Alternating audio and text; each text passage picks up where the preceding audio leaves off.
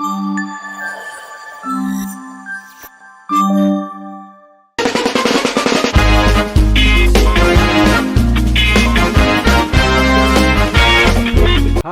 Hello, నమస్తే. ఏమండి, పెళ్ళైన కొత్తలో ప్రతి మగాడికి పెళ్ళం అంటే చాలా మోజుగా ఉంటుంది. కొత్త పెళ్ళం కదా, మరి ఈ ప్రపంచంలో తన పెళ్ళమే చాలా అందగత్తే అని అనిపిస్తుంది. ఆ టైంలో మోజు అటువంటిది. మరి తర్వాత ఎదిరింటోటి పెళ్ళం, పక్కింటోటి పెళ్ళం, వెనకింటోటి పెళ్ళం, వీళ్ళే బాగున్నట్టు అనిపిస్తారు. పెళ్ళైన కొత్తలో పెళ్ళాన్ని సంతోషపెట్టాలని మొగుడు చాలా తాపత్రయపడతాడనమాట.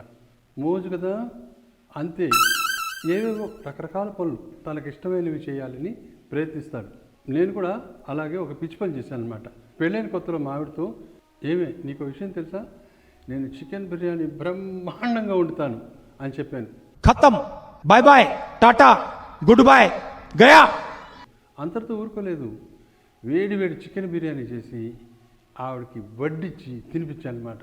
చాలా నచ్చేసింది ఆవిడకి చికెన్ బిర్యానీ. ఇప్పుడు కూడా నేను ఆవిడకి పిల్లలకి చికెన్ బిర్యానీ చేసి పెడుతున్నాను. అంతే. ఇది ఇక్కడితో ఆగలేదు. ఆవిడని చూడడానికి మా మరదలు ఊరి నుంచి వచ్చిందనమాట. ఏదో తేడాగా ఉందేంటి. వస్తే అప్పుడు మా ఆవిడ ఏముందంటే, నీకు విషయం తెలుసానే, మా ఆయన చికెన్ బిర్యానీ చాలా బ్రహ్మాండంగా చేస్తారు అని చెప్పింది అనమాట. అప్పుడు మరదలేమో, ఏంటండి బావగారు, మీరు పెద్ద దొంగ, నాతో ఎప్పుడైనా ఈ విషయం చెప్పారా? అమ్మా, నాకు కూడా మీరు చికెన్ బిర్యానీ చేసి పెట్టండి అనేసి చాలా గారంగా అడిగింది.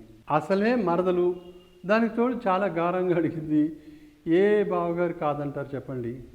అసలు మొగుడు పెళ్ళ మాటన్నా కాదని అంటాడేమో కానీ మరదల మాట అస్సలు కాదండు. అలా కాదన్నాడంటే వాడు అసలు మగాడే కాదు.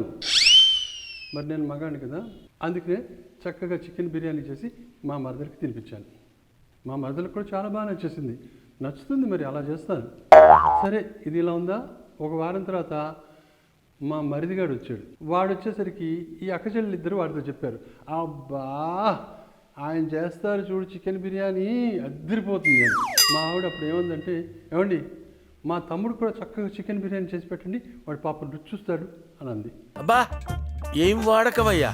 ఒరే తమ్ముడు, మనకి ఈ హైదరాబాద్లో ఎక్కడికి వెళ్ళినా కూడా ఈయన చేసినంత మంచి బిర్యానీ దొరకదురా, నిజం అని నన్ను చాలా పొగిడేసింది. నాకు చికెన్ బిర్యానీ చేయక తప్పలేదు.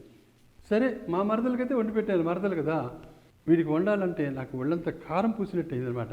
చింత బరికితో ఫటాఫటా కొట్టాలనిపించింది. ఇది ఇక్కడితో కూడా ఆగలేదు. నాకు చాలా అవమానకరంగా ఇంకోటి జరిగింది. అదేంటంటే, ఊరు నుంచి మా అత్త మామగారు వచ్చారు. అప్పుడు మా అత్తగారు చాలా చనువుగా అనమాట, అల్లుడు గారు ఏంటండి మీరు చికెన్ బిర్యానీ చాలా బాగా చేస్తారట, మా వాళ్ళు చెప్పారు, నాకు రుచి చూపించవచ్చు కదా అల్లుడు గారు అంది. మరి పెద్ద ఆవిడని కాదని అనలేము.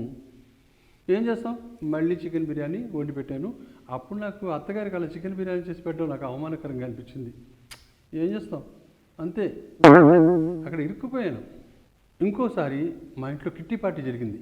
మా ఆవిడ ఫ్రెండ్స్ 20 మంది వచ్చారనమాట. అది పాట్లాక్ లంచ్. అందరూ వాళ్ళ ఇంటి నుంచి ఒక్కొక్క ఐటెం చేసుకుని వచ్చారనమాట. మా ఇంట్లో మాత్రం చికెన్ బిర్యానీ. అర్థమైంది కదా మీకు ఏమైందో? నా కర్మకాలి ఆ 20 మందిలో ఒక ఆమె మా బాస్కి చుట్టం అవుతుందట. ఈ విషయం ఆయనకు కూడా తెలిసిపోయింది, నేను చికెన్ బిర్యానీ చాలా బాగా చేస్తానని. అంతే, మా బాస్కి చికెన్ బిర్యానీ అంటే చాలా ఇష్టమట. ఆయనకి ఎప్పుడు తినాలన్నా నాకు చెప్పేవాడు. నేను వేడివేడిగా చికెన్ బిర్యానీ వండుకుని మా బాస్ కోసం తీసుకెళ్ళేవాడిని. అది నా గతి ఇలా అయిపోయిందనమాట. ఇంత లత్కోర్ పంచాయతీలో కూడా మీ దాంపత్య జీవితం సాఫీగా సాగిస్తున్నారంటే, అరే మగాళ్ళు, మీరు మొగాళ్ళు రా. అందుకనే పెళ్ళైన కొత్తలో మోజుపడి ఇలాంటి పిచ్చి పిచ్చి విషయాల్లో మీరు కమిట్ కాకండి. నాలాగే అయిపోతుంది మీ బతుకు కూడా.